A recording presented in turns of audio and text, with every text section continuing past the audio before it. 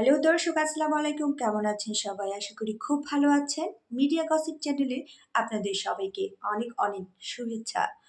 দর্শক, ব্যারিস্টার রুমি ফারহানার বিজয়ের পর সাংবাদিকদের বেশ কিছু প্রশ্নের উত্তরে তিনি বলেন যে বিএনপি থেকে নাকি ওনাকে আবার ডাকা হয়েছিল নির্বাচনের আগে। তাকে নাকি এরকম প্রস্তাব করা হয়েছে যে উনি যদি বিএনপিতে আসেন তাহলে ওনাকে অনেক ভালো কিছু দেওয়া হবে, মানে আরও বড় কোনো পদ দেওয়া হবে। তখন রুমি ফারহানা নাকি নিষেধ করে দিয়েছে যে আমি যদি কথা বলি সেটা 12 তারিখের পর কথা বলবো। তো দর্শক, ব্যারিস্টার রুমি ফারহানা আরও বলেছেন যে বিএনপির ভেতরে নাকি উনি আওয়ামী লীগের গন্ধ পাচ্ছেন, এরকম কিছু একটা বলেছেন। আর উনি এটাও বলেছেন যে আমি দেশের জন্য, দেশের মানুষের জন্য কাজ করব। উনি বলেছেন যে আমি তো ঘরের মেয়ে, আমি তো ঘরেই আছি, আমি বাইরে কোথায় গেলাম। তো দর্শক, আপনারা ব্যারিস্টার রুমি ফারহানার মুখ থেকেই শুনে নেন উনি ডিটেলস কি বলেছেন। আগে আমাকে যোগাযোগ করেছে যখন দেখছে যে নির্বাচনে একেবারেই নিশ্চিতভাবেই এখানে স্বতন্ত্র হিসেবে আমি জয়ী হতে যাচ্ছি, তখন যোগাযোগ করেছে, বলেছে তাদের সঙ্গে বসলে ভালো হবে, আরো বড় কিছু পাবো। আমার দল তো আমাকে বহিষ্কারই করে দিয়েছে। আমার দল বলে তো আর কিছু না, এটা তারেক রহমান সাহেবের দল। উনি তো আমাকে বহিষ্কার করে দিয়েছেন, তার আমার দল না। আমার রাজনীতি আমার দলের রাজনীতি দলের। যেই ফেয়ার ভোটের জন্য তাদের এত লড়াই সংগ্রাম 17 বছরের, গতকালকের ইলেকশনেও তো তা বিভিন্ন জায়গায় তাদের আচার আচরণ খুব ভালো ছিল না। হ্যাঁ, আওয়ামী লীগের ছায়া তো কিছু কিছু এখনই দেখতে পাচ্ছি। কুৎসিত মন্তব্য করেছে বিএনপির পদধারী নেতারা। আমি তাদের কাছেও কৃতজ্ঞ, কারণ তারা যদি এতটা কদর্য আচরণ না করতো তাহলে হয়তো আমি এত ভোটের ব্যবধানে জিততাম না। তাদের সমস্ত অন্যায়, অবিচার, অকৃতজ্ঞতা সবকিছুর জবাব দিয়ে দিয়েছেন। কারণ আপনাকে যদি দলগতভাবে বিএনপি দলে আমন্ত্রণ জানায়, সেক্ষেত্রে আপনার পদক্ষেপ কি হবে? আগে আমন্ত্রণ জানাক, তারপরে দেখা যাবে। আমি শুভেচ্ছা জানাই যারাই ভালো ফলাফল করেছে, দল হোক ব্যক্তি হোক, যারাই ভালো ফলাফল করেছে, ডেফিনেটলি তাদের প্রতি আমার শুভেচ্ছা থাকবে এবং আশা করব প্রত্যেকেই তার অবস্থান থেকে তার শপথ অনুযায়ী তার যে দায়িত্ব এবং কর্তব্য সেটা তারা পালন করবে। ঘরের মেয়ে, আমি তো ঘরের মেয়ে হলাম ব্রাহ্মণবাড়িয়ার, আমি তো ঘরেই আছি। ঘরের মেয়ে তো বাইরে যায়নি। আমি যদি গিয়ে সিলেটে নির্বাচন করতাম তাহলে বলতেন ঘরের মেয়ে বাইরে গেছে। আমি ব্রাহ্মণবাড়িয়ার মেয়ে, আমি তো ব্রাহ্মণবাড়িয়াতেই আছি। আমার দল তো আমাকে বহিষ্কারই করে দিয়েছে। আমার দল বলে তো আর কিছু না, এটা তারেক রহমান সাহেবের দল। উনি তো আমাকে বহিষ্কার করে দিয়েছেন, তার আমার দল না। অভিমান শব্দটি অত্যন্ত দামি। এটা ভীষণ আপন মানুষ ছাড়া অভিমান হয় না। বিরক্তি থাকতে পারে, অসন্তুষ্ট থাকতে পারে, অভিমান কেন থাকবে? অভিমান খুব দামি শব্দ, এটা যেখানে সেখানে ব্যবহার করা যায় না।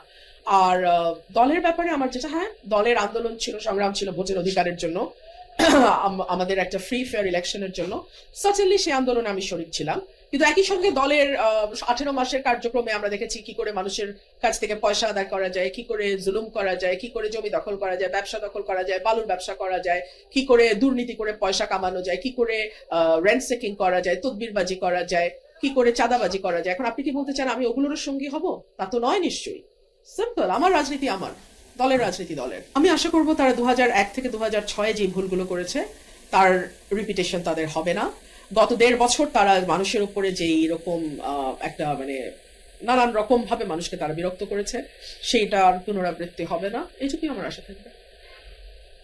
এবং যেই ফেয়ার ভোটের জন্য তাদের এত লড়াই সংগ্রাম 17 বছরের, গতকালকের ইলেকশনেও তো তা বিভিন্ন জায়গায় তাদের আচার আচরণ খুব ভালো ছিল না।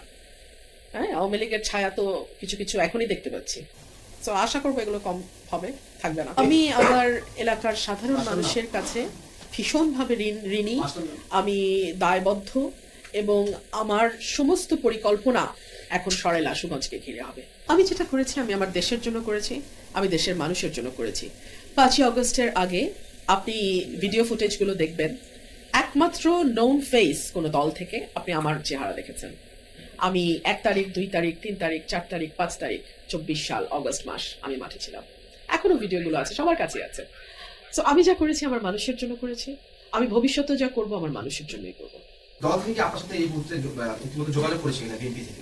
জয়ের পরে করেনি, জয়ের আগে আমাকে যোগাযোগ করেছে যখন দেখছে যে নির্বাচনে একেবারেই নিশ্চিতভাবেই এখানে স্বতন্ত্র হিসেবে আমি জয়ী হতে যাচ্ছি, তখন যোগাযোগ করেছে, বলেছে তাদের সঙ্গে বসলে ভালো হবে, আরো বড় কিছু পাবো, এমপির চেয়েও বড় কিছু পাবো। মন্ত্রিত্ব আর কি হতে পারে? আমি না বলে দিয়েছি, আমি বলেছি 12 তারিখের পর যদি কথা হয় 12 তারিখের পর হবে। গতকালকে রাতেও দেখলাম কেউ কেউ ফোন দিয়েছে, হয়তো অভিনন্দন জানানোর জন্যই দিয়েছে, জানি না আমি, তবে সেই ব্যাপারে আসলে আমার কোনো আগ্রহ নাই। এমনকি আমি বলছিলাম যে যারা আমাকে ভোট দিয়েছে, যারা আমার পেছনে শ্রম দিয়েছে, যারা দিনের পর দিন রাতের পর রাত না ঘুমিয়ে কাজ করেছে এবং যারা আমাকে অর্থ সাহায্য করেছে, যারা মোটামুটি আমার এই মাঠটাকে গত 1.5-2 বছর ধরে প্রস্তুত করেছে। আমার এই ইলেকশনের প্রস্তুতি কিন্তু 22 দিন বা 25 দিনের প্রস্তুতি না। এই প্রস্তুতি আমার 5ই অগস্টের পর থেকে আমি প্রতি সপ্তাহে অন্তত 4-5 দিন এলাকায় থাকতাম। সো এই প্রস্তুতি অনেক আগের প্রস্তুতি এবং এটা আমার নেতাকর্মীদের প্রস্তুতি। সো এই জয়টা আমার না, এই জয়টা আমার ভোটারের। আর যারা আমাকে ভোট দেয়নি, আমার ব্যাপারে অশালীন কুৎসিত মন্তব্য করেছে, বিএনপির পদ আজ এই পর্যন্তই। আল্লাহ হাফিজ, ভালো থাকবেন।